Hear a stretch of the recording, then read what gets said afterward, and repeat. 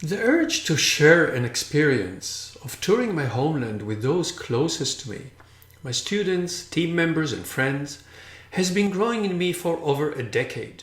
It was a dream, but my typically heavy workload had prevented me from pursuing it. When I set the wheels in motion towards my July 2019 retirement, I knew there was one last goal I had to meet to realize my dream. Still, I had become apprehensive of the many challenges that organizing the joint adventure would present, and whether it would be successful. I was asking myself, will they come? Will they be excited or at least satisfied? Will people who don't know each other from diverse backgrounds strike a good chemistry? And how long and when would be best? And which experiences to include and which to forgo? It was at that stage, in March 2018, that I consulted with my daughter Shirrah, who owned a boutique tourism company, to discuss the challenges and feasibility of organizing a tour in Israel. Shirrah's enthusiastic response encouraged me to go ahead. Not only was she confident that we could organize a memorable experience for all, but also that she would make this her best ever project before closing her business to move on to other pursuits. And so, 1 year before the actual tour, we were hard at work planning the itinerary, consulting with guides, selecting accommodations and special activities, and trying to keep the costs as reasonable as possible. Planning a tour itinerary in Israel can be very simple. Just follow the cookie-cutter templates of commercial tour operators. Or it can be very difficult, trying to pick and choose from hundreds of historic, natural, cultural, and culinary attractions. While I listened closely to Shirrah's and her guide suggestions, I wanted mainly to share those experiences that I found thrilling. I also made it a priority to engage in at least one professional activity that would distinguish us as a group as well as provide potential write-off opportunities. After lengthy deliberations, the alumni in the Holy Land itinerary was shaped. True to my roots, it was to be fairly tight, but thanks to the moderating influence of Shirrah and her guides, it appeared manageable and promised to be enjoyable. In April 2018, invitations went out to all of the University of Toronto endodontic alumni and friends, followed by proposed dates and itinerary. Once most responses were in, additional invitations went out to my close friends in the international endodontic community. I rejoiced with each positive response I received, and I was sad for each negative response. At the end, our great group of 14 enthusiastic participants was formed, and the rest is history.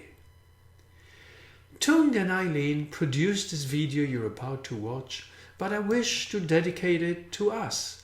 Ian, Crestina, Man, Chetna, Dave, Marlene, Pierre, Miguel, Alexandra, Kaya, Tung, Leen, Jacky, and Thuan.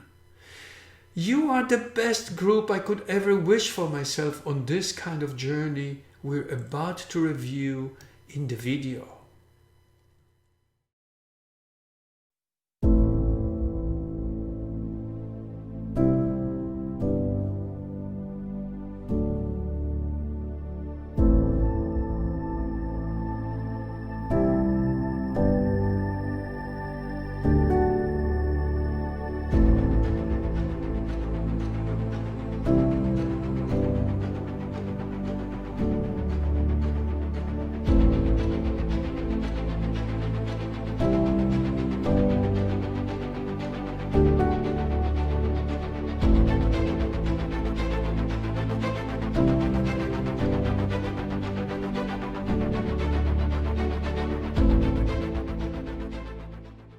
A handful of us arrived in Tel Aviv the day before the start of the tour.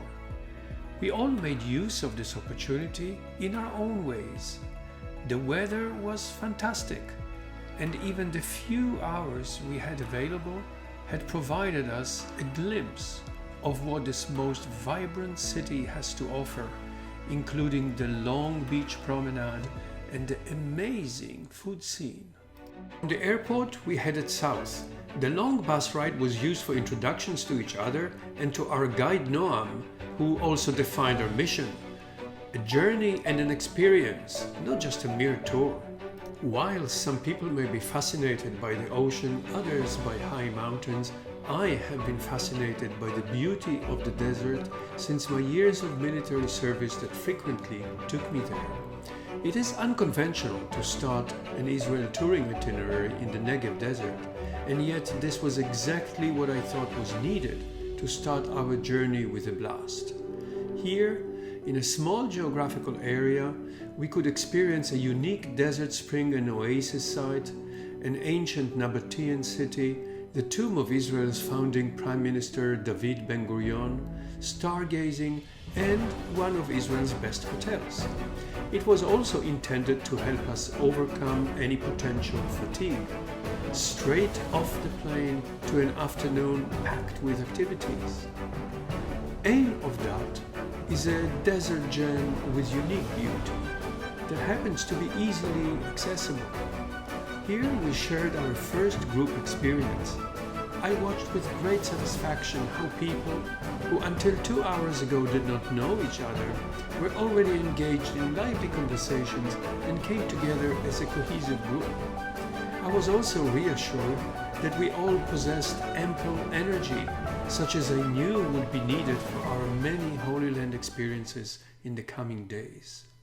The Nebatean city of Avdat, founded in the 2nd century BC, provides an excellent introduction to the region's richly diverse history. It is easily accessible, thoughtfully restored, and it represents an important chapter in the region's history.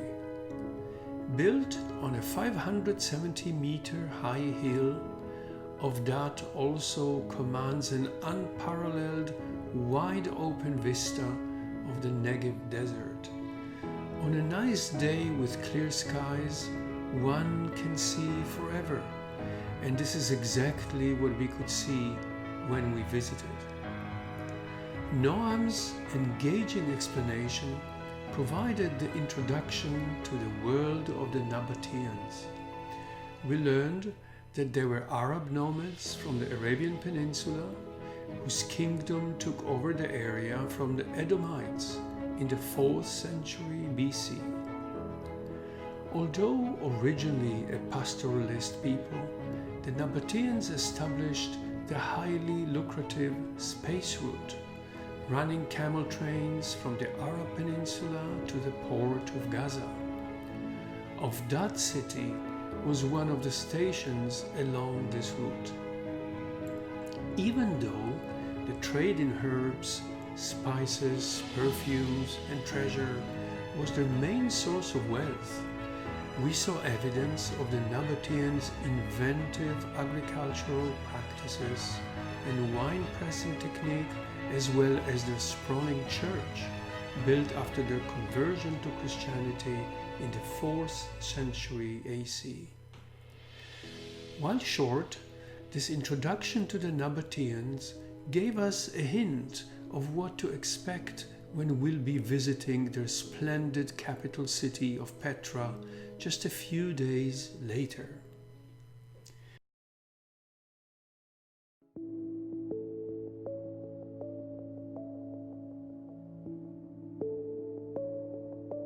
To introduce herself and her family, it was Shirrah's idea to host us to a desert outlook sunset reception at Sde Boker, the site of Ben-Gurion's tomb. This occasion allowed us to enjoy not just Shirrah's plentiful refreshments, but also the characteristically fabulous Negev desert sunset. This was a heartwarming moment for me, seeing individuals whose ages ranged from 16 to 76 who gelled well together into a group eager to share the experiences that laid ahead. But it was also time for a serious meal and a restful retreat, and there's no better place for this than the one-of-a-kind Bereshit Hotel.